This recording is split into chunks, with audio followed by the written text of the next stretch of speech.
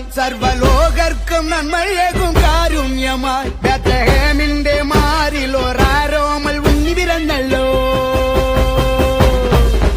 ഗബ്രിയേലിന്റെ ദർശന സാഫല്യമായി സർവലോകർക്കും നന്മയേകും കാരുണ്യമായി ബേത്ലഹേമിന്റെ മാറിൽ ഒരാരോമൽ ഉണ്ണി പിറന്നല്ലോ.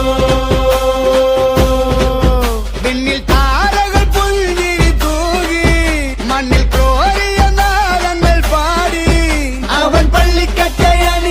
കണ്ണും ചിമ്മി തുറന്നിട്ട് കുഞ്ഞിക്കാരിട്ടടിക്കുക